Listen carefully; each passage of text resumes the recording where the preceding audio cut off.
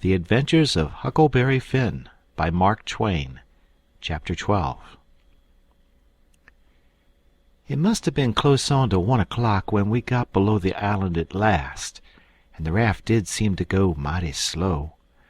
If a boat was to come along we was going to take to the canoe and break for the Illinois shore, and it was well a boat didn't come, for we hadn't ever thought to put the gun in the canoe, or a fishing line, or anything to eat. We was in rather too much of a sweat to think of so many things. It warn't good judgment to put everything on the raft. If the men went to the island, I just expect they found the campfire I built and watched it all night for Jim to come. Anyways, they stayed away from us, and if my building the fire never fooled them, it warn't no fault of mine. I played it as low down on them as I could. When the first streak of day began to show, we tied up to a towhead in a big bend on the Illinois side, and hacked off cottonwood branches with a hatchet, and covered up the raft with them so she looked like there had been a cave-in the bank there. A towhead is a sandbar that has cottonwoods on it as thick as harrow teeth. We had mountains on the Missouri shore, and heavy timber on the Illinois side, and the channel was down the Missouri shore at that place, so we warn't afraid of anybody running across us. We laid there all day and watched the rafts and steamboats spin down the Missouri shore, and upbound steamboats fought the big river in the middle. I told Jim all about the time I had jabbering with that woman, and Jim said she was a smart one, and if she was to start after us herself, she wouldn't set down and watch a campfire. No, sir, she'd fetch a dog. Well, then, I said, why couldn't she tell her husband to fetch a dog? Jim said he bet she did think of it by the time the men were ready to start, and he believed they must have gone uptown to get a dog, and so they lost all that time, or else we wouldn't be here on the towhead 16 or 17 mile below the village. No, indeedy, we would be in that same old town again. So I said I didn't care what was the reason they didn't get us, as long as they didn't. When it was beginning to come on dark, we poked our heads out of the cottonwood thicket and looked up and down and across. Nothing in sight. So Jim took up some of the top planks of the raft and built a snug wigwam to get under in blazing weather and rainy, and to keep the things dry. Jim made a floor for the wigwam, and raised it a foot or more above the level of the raft, so now the blankets and all the traps was out of reach of steamboat waves. Right in the middle of the wigwam we made a layer of dirt about 5 or 6 inches deep, with a frame around it for to hold it to its place. This was to build a fire on in sloppy weather or chilly. The wigwam would keep it from being seen. We made an extra steering oar, too, because one of the others might get broke on a snag or something. We fixed up a short forked stick to hold the old lantern on, because we must always light the lantern whenever we see a steamboat coming downstream, to keep from getting run over. But we wouldn't have to light it for upstream boats unless we see we was in what they call a crossing, for the river was pretty high yet, very low banks being still a little under water, so upbound boats didn't always run the channel, but hunted easy water. This second night we run between 7 and 8 hours, with a current that was making over 4 mile an hour. We catched fish and talked, and we took a swim now and then to keep off sleepiness. It was kind of solemn, drifting down the big, still river, laying on our backs looking up at the stars, and we didn't ever feel like talking loud, and it warn't often that we laughed, only a little kind of a low chuckle. We had mighty good weather as a general thing, and nothing ever happened to us at all, that night, nor the next, nor the next. Every night we passed towns, some of them away up on black hillsides, nothing but just a shiny bed of lights. Not a house could you see. The 5th night we passed St. Louis, and it was like the whole world lit up. In St. Petersburg they used to say there was 20 or 30,000 people in St. Louis, but I never believed it till I see that wonderful spread of lights at 2 o'clock that was still night. There warn't a sound there. everybody was asleep. Every night now I used to slip ashore towards 10 o'clock at some little village, and buy 10 or 15 cents worth of meal or bacon or other stuff to eat. Sometimes I lifted a chicken that warn't roostin' comfortable, took him along. Pap always said, "Take a chicken when you get a chance, because if you don't want him yourself, you can easy find somebody that does, and a good deed ain't ever forgot." I never see Pap when he didn't want the chicken hisself, but that is what he used to say anyway. Mornings before daylight I slipped into cornfields and borrowed a watermelon, or a mushmelon, or a pumpkin, or some new corn, or things of that kind.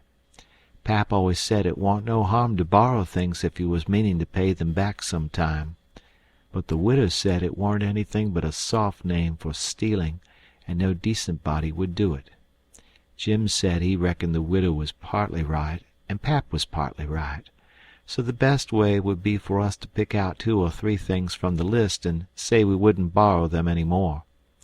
Then he reckoned it wouldn't be no harm to borrow the others. So we talked it over all one night, driftin' along down the river, trying to make up our minds whether to drop the watermelons or the cantaloupes or the mushmelons or what. But towards daylight we got it all settled satisfactory, and concluded to drop crab apples and persimmons. We weren't feeling just right before that, but it was all comfortable now.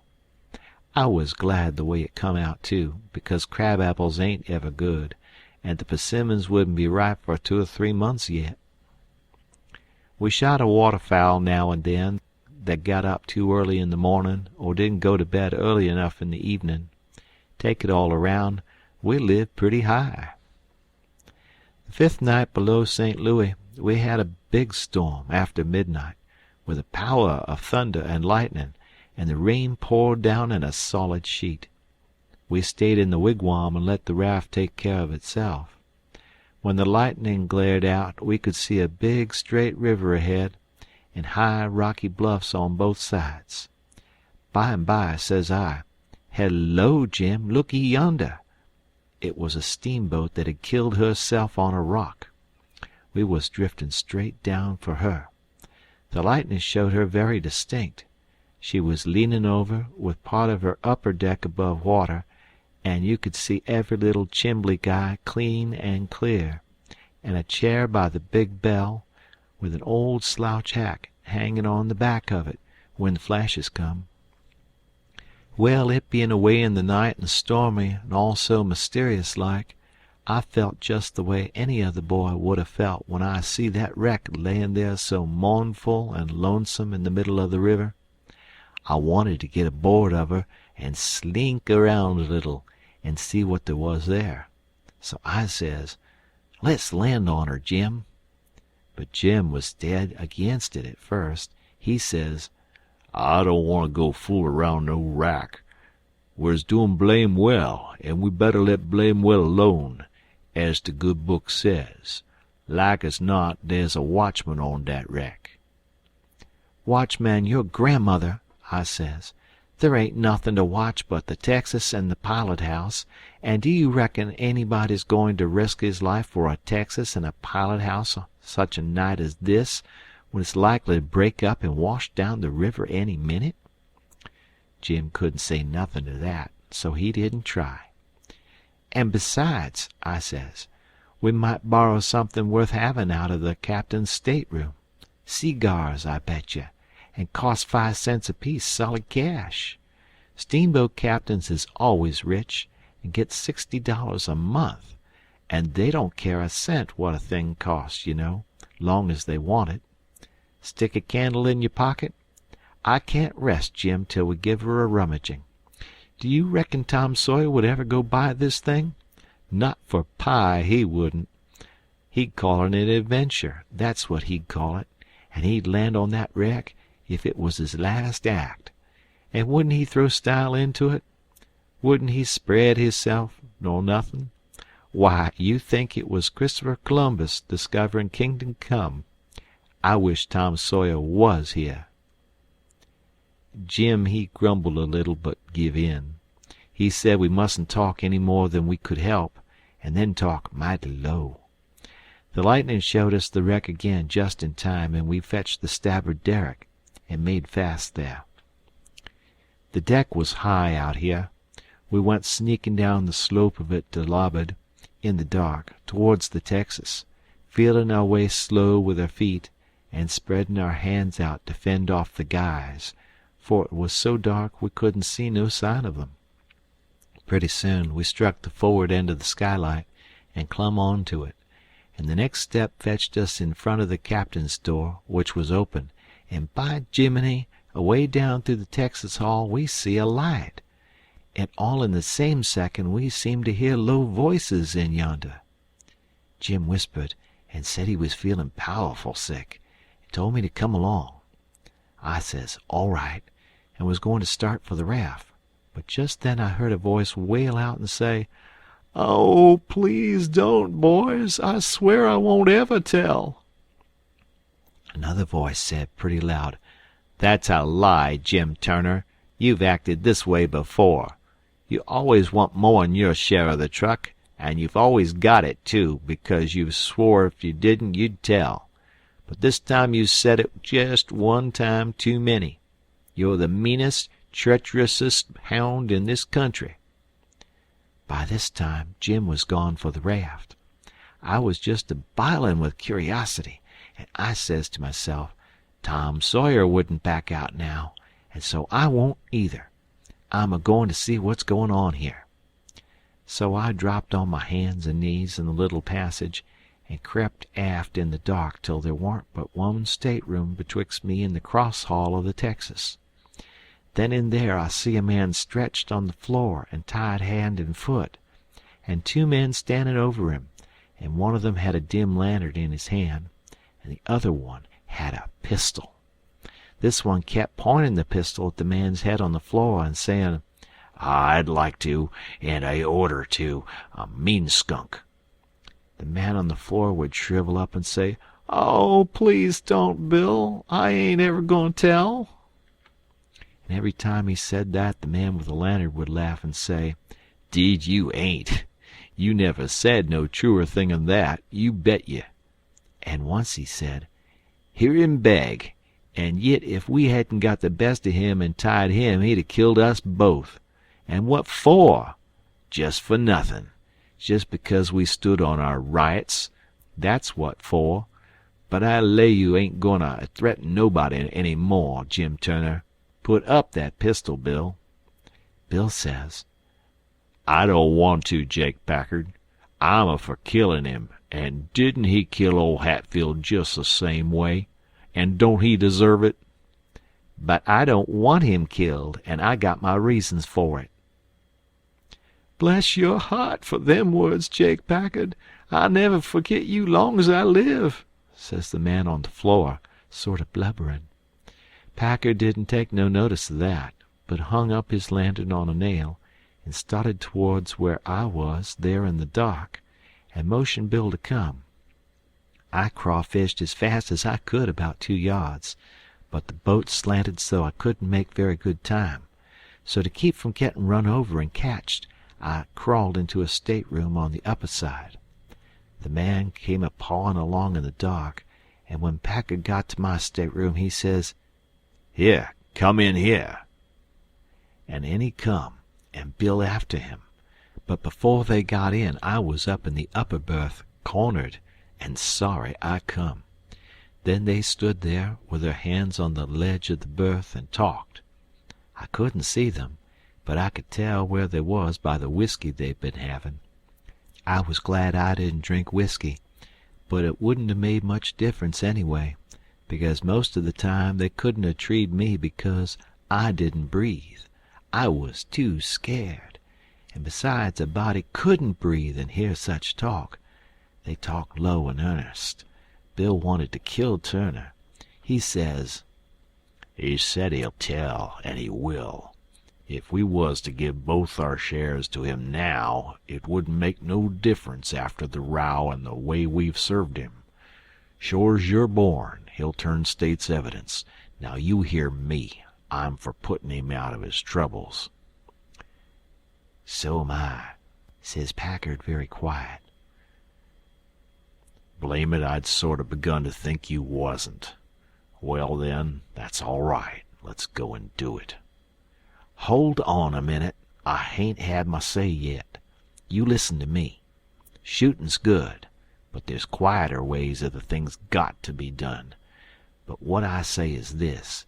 It ain't good sense to go courtin' round after a halter if you can git at what you're up to in some way that's just as good and at the same time don't bring you into no risks. Ain't that so?" "You bet it is. But how you goin' to manage it this time?" "Well, my idea is this. We'll rustle round, gather up whatever pickin's we've overlooked in the staterooms, and shove for shore and hide the truck. Then we'll wait. Now I say it ain't goin' to be more'n 2 hours before this wreck breaks up and washes off down the river. See? He'll be drownded, and won't have nobody to blame for it but his own self. I reckon that's a considerable sight better'n killin' of him. I'm unfavorable to killin' a man as long as you can git around it. It ain't good sense. It ain't good morals. Ain't I right?" "Yes, I reckon you are. But s'pose she don't break up and wash off?" "Well, we can wait the 2 hours anyway and see, can't we?" "All right, then. Come along." So they started, and I lit out, all in a cold sweat, and scrambled forward. It was dark as pitch there, but I said in a kind of coarse whisper, "Jim," and he answered up right at my elbow with a sort of a moan, and I says, "Quick, Jim, it ain't no time for foolin' around and moanin'. There's a gang of murderers in yonder, and if we don't hunt up their boat and set her driftin' down the river so these fellers can't get away from the wreck, there's one of 'em goin' to be in a bad fix. And if we find their boat we can put all of 'em in a bad fix, for the sheriff will get 'em. Quick, hurry. I'll hunt the larboard side, you hunt the starboard. You start at the raft and—" "Oh, my lordy, lordy! Raft! There ain't no raft no more. She done broke loose and gone. Oh, and here we is." End of chapter.